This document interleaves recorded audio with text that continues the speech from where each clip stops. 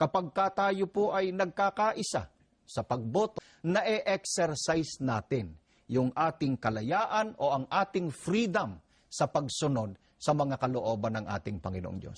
Baka po naman yung ipinapasya ng pamamahala sa loob ng iglesia ay sariling kapasyahan lang nila, kapatid na Ronilo. Hindi po, sapagkat pagka nagpasya ang pamamahala sa loob ng iglesia, minamagaling o kinakasihan ng Espiritu Santo. Gaya ng mababasa natin sa Gawa, sapagkat minagaling ng Espiritu Santo at namin na huwag kayong atangan ng lalong mabigat na pasanin maliban sa mga bagay na ito na kinakailangan. Mga kaibigan, ito po ang katangian ng pagpapasya ng namamahalang inilagay ng Diyos sa kanyang iglesia.